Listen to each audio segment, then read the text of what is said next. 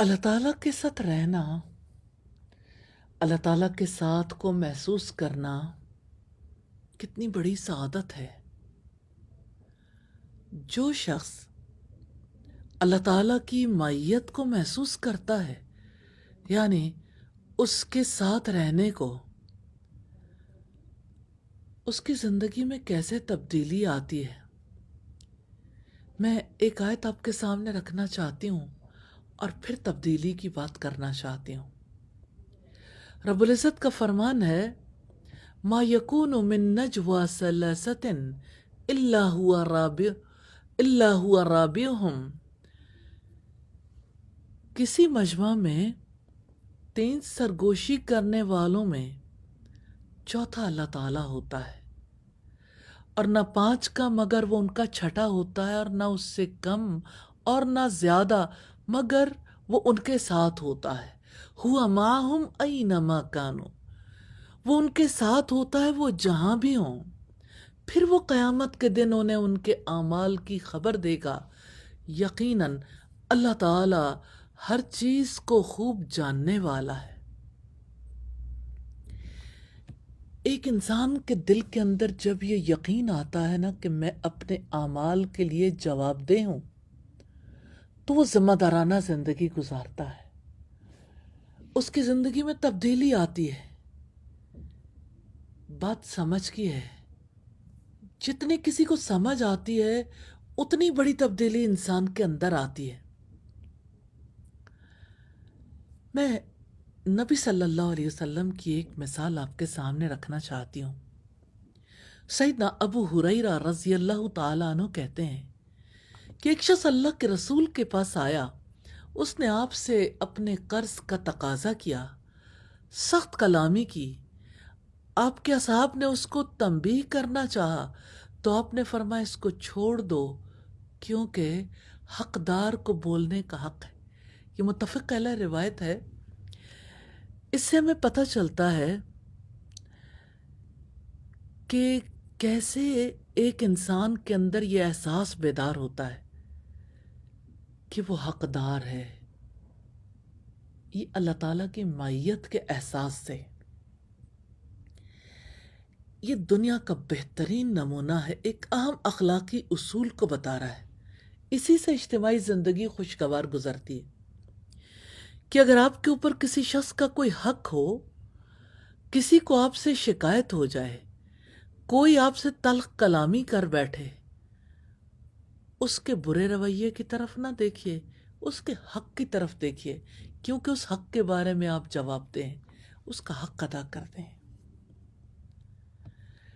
اب سوال یہ پیدا ہوتا ہے، حقدار کو کس چیز کا حق ہے؟ شکایت کا حق ہے۔ جب کوئی شکایت کرے، آپ کیسے اپنے اوپر کنٹرول کریں؟ اللہ تعالیٰ کی معیت کے احساس سے کہ میرا رب مجھ سے کیا چاہتا ہے۔ حقدار تو شکایت کر سکتا ہے، اگر وہ نامناسب الفاظ میں پیش کرے تب بھی اسے غلط ثابت کرنے کی کوشش نہیں کرنی چاہیے۔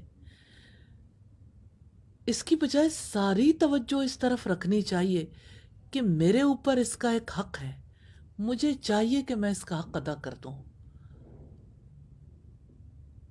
اتنی بڑی بات ہے، دنیا میں آج کتنے لوگوں کا حق مارا جاتا ہے کیونکہ لوگ اپنے آپ کو اکاؤنٹیبل نہیں سمجھتے، جواب دہ نہیں سمجھتے، وہ ذمہ دارانہ زندگی نہیں گزارنا چاہتے۔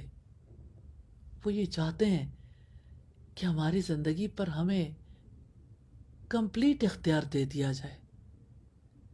یہ جو انسان چاہتے ہیں نا، میری مرضی، میں اور میری مرضی، یہ دراصل اللہ تعالیٰ کے ساتھ سے محرومی کی وجہ سے انہیں سمجھ نہیں آئی کہ اللہ تعالیٰ کا ساتھ کیا حقیقت رکھتا ہے۔ دیکھیں، ہماری عملی زندگی خراب ہوتی ہے اگر ہم اپنے آپ کو اکاؤنٹیبل نہ سمجھیں۔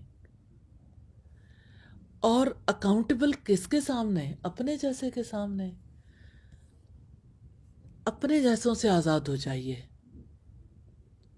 وَاعْبُدُوا اللَّهَ وَلَا تُشْرِكُوا بِهِ شَيْئًا، ایک اللہ کی عبادت کرو، اس کے ساتھ کسی کو شریک نہ کرو، حتیٰ کہ اپنی میں کو بھی نہیں۔ عام طور پر زندگی میں دیکھیے، کبھی ایسا ہوتا ہے کہ کوئی شخص ہم سے بات کرتا ہے تو ایسی اشتعال دلانے والی زبان استعمال کرتا ہے، اگر ایسے موقع پر آپ بھی سخت کلامی کریں گے بات بڑھ جائے گی۔ اس لیے درست طریقہ یہ ہے کہ شکایت کو نظر انداز کر کے اصل معاملے کو ختم کرنے کی کوشش کی جائے۔ لیکن ختم کون کرے گا؟ جس کی میں بڑی ہے، جو انا پرست ہے، جو اپنی مرضی سے جینا چاہتا ہے، وہ تو کبھی معاملے کو ختم نہیں کرے گا۔ ایجیٹیشن، احتجاج، توڑ پھوڑ، گھر ٹوٹے، معاشرہ ٹوٹے، سب کچھ ٹوٹ جائے، پرواہ نہیں ہے، اس لیے کہ ایک ہی چیز بچانی ہے، انا۔ یاد رکھیے گا، اسی انا کو بچانے کے لیے ابلیس نے سجدہ نہیں کیا تھا اللہ تعالیٰ کے سامنے، اسی انا کو بچانے کے لیے وہ راندہ درگاہ ہو گیا، انا خیر من، میں اس سے بہتر ہوں۔ یہ نعرہ تو ابلیس کا ہے، آسمانوں پہ لگایا تھا، اس سلوگن کے ساتھ وہ زمین پر آیا، اور آج بھی یہی سلوگن ہے۔ عورت کہتی ہے میں مرد سے بہتر ہوں، مرد کہتا ہے میں عورت سے بہتر ہوں، ماں باپ کہتے ہیں اولاد سے بہتر ہے، اولاد کہتی ہے ہم آپ سے بہتر ہیں۔ ہر جگہ یہ جنگ جاری ہے، پیچھے دیکھیں تو وہی ابلیسیت ہے، اسی وجہ سے معاشرے میں انارکی پھیلتی ہے۔ آپ اللہ تعالیٰ کو ساتھ محسوس کرنے والے کا مزاج دیکھیے، اس کا معاملہ جب کسی دوسرے شخص سے ہوتا ہے تو وہ دوسرے کے حصے کی غلطیوں کو نہیں دیکھتا، اس کا سارا دھیان اپنی کمی کی طرف جاتا ہے، اس کا مزاج مسئلہ ختم کرنے کا ہوتا ہے، اس کا مزاج الجھنے کا نہیں ہوتا۔ جو شخص، وہ مرد ہو یا عورت، کسی مسئلے کو ختم کرنا چاہے وہ اپنے آپ کو دیکھتا ہے، اسے اپنے آپ کو دیکھنا چاہیے، کیونکہ اپنی ذات اپنے اختیار میں ہے، دوسرے کی ذات آپ کے اختیار میں نہیں ہے۔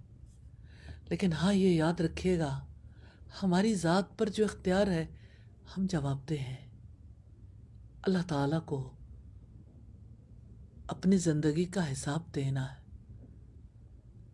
اپنے رب کے ساتھ جئیں۔ جب آپ رب میں جینا سیکھ جائیں گے تو انشاءاللہ بہت برداشت آئے گی اور بہت معاملات سلجھانے کے قابل ہو جائیں گے۔ live with اللہ سبحانہ و تعالی۔